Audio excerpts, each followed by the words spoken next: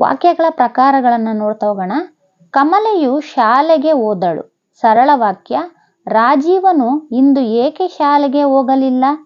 ಪ್ರಶ್ನಾರ್ಥಕ ವಾಕ್ಯ ಇರೋದ್ರಿಂದ, ಇಲ್ಲಿ ಪ್ರಶ್ನಾರ್ಥಕ ಚಿಹ್ನೆ ಇರೋದ್ರಿಂದ ಪ್ರಶ್ನಾರ್ಥಕ ವಾಕ್ಯ.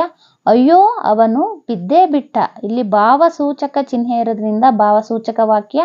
ನಾಳೆ ಈ ಕೆಲಸವನ್ನು ನೀನು ಮುಗಿಸಿರಲೇಬೇಕು. ವಿಧ್ಯರ್ಥಕ ವಾಕ್ಯ ಅಂದರೆ ಆಜ್ಞೆ ಮಾಡ್ತಕ್ಕಂಥದ್ದು.